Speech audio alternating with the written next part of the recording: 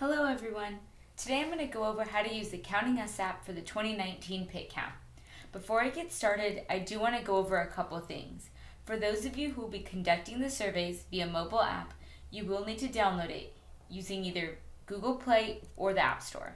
And just so you know, the only time you will actually need the internet is when you are downloading the app or submitting your saved surveys. So you will be able to conduct these surveys without actually being online or using any of your data on the day of the count. And for those of you all who will be using your computer and need a web link to access the survey, it is right here in the upper left-hand corner of your screen, and it is counting.us. Okay, so now let's get started. So the first thing you will need to do is register an account by clicking right here in this blue register button. You'll click right here, fill out all this information, and then click submit registration. And then once you come back, you will fill out your username and your password, and then we can go ahead and click login. So then it brings us to this screen right here, and we need to choose count. Then right in the middle of your screen will have no counts available. So then we'll have to join a new count. But because I already joined counts previously, my account's right here. So I'm just going to go ahead and click on join new count just to show y'all. And here we're going to type in the setup key.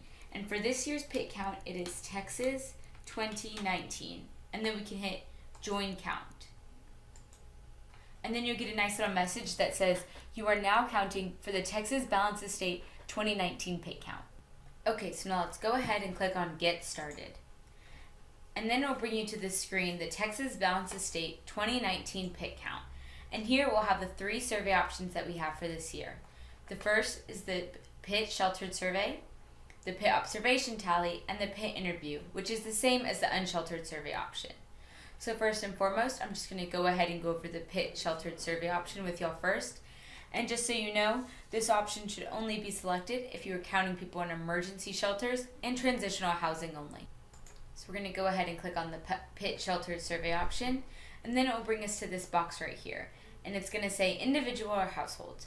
An individual is just for one single person, and household is for 2 or more people who are living together. For example, a mother and a daughter, or a boyfriend and a girlfriend. So I'm just going to go ahead and click on household. And just so you know, if you do click on this option, you will be asked how many adults and children are in this household total. So just for right now, I'm just going to go ahead and put 2. Click OK. And now we're brought to this GIS location screen. And then right here, it's going to ask if it will allow you to access your location. And I'm going to go ahead and click allow. However, if you don't want your device to access your location, you can enter in the address manually by clicking Enter Address right here in the bottom middle of your screen. And then right here you can go ahead and enter the street address, the city, and the state, and then click Submit.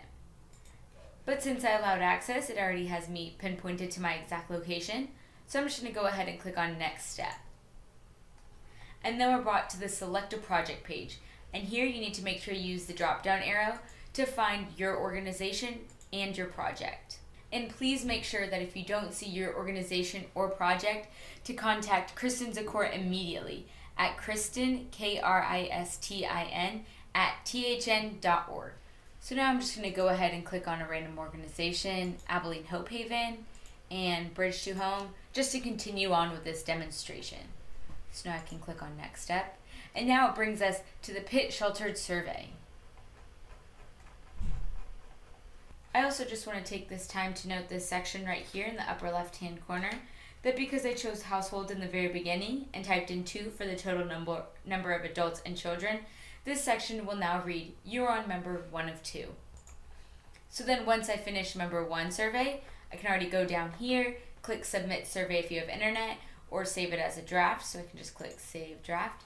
And now we are brought to the second member, and it will say right here in the upper left-hand corner, you are now a member 2 of 2. So now we can go ahead and continue on with finishing this survey for member 2, and then you come to the note section. And this, you can use this section if you feel like you need to add any details that you feel are necessary. So now I'm going to go ahead and click on Save Draft, and now we're brought back to this front screen. And just so you know, the website will let you know how many drafts you have saved in this red number right here in the bottom middle of your screen. And if you want to submit those drafts at any time, all you have to do is click on Drafts, click on the individual survey, click on Open Draft, scroll to the bottom, and then hit Submit Survey. However, if you do have multiple drafts, you will have to go through and do this individually for each one.